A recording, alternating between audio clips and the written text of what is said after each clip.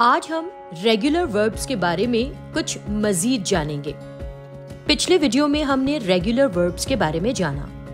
आपको याद होगा कि ये वो फेल होते हैं जिनका ज़माना-ए माजी पास्ट टेंस डी या ईडी जोड़कर बनाया जाता है।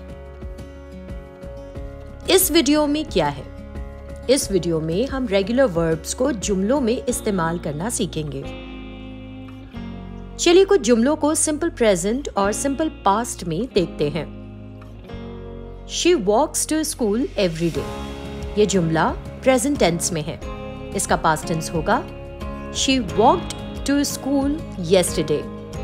He plays football with his friends on Sundays। ये जुमला प्रेजेंट टेंस में है। इसका पास्ट टेंस होगा He played football with his friends last Sunday। They paint walls।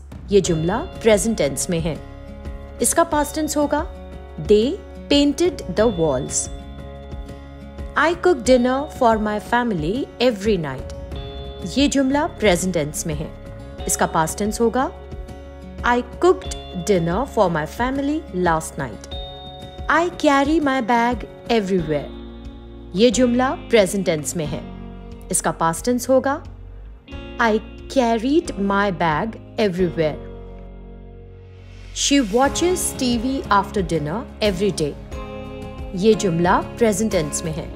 इसका पास्ट टेंस होगा She watched TV after dinner yesterday। He helps his little sister with her homework।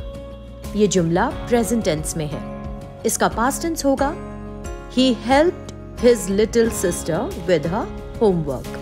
यह video जुमलों में regular verbs के इस्तेमाल के बारे में था।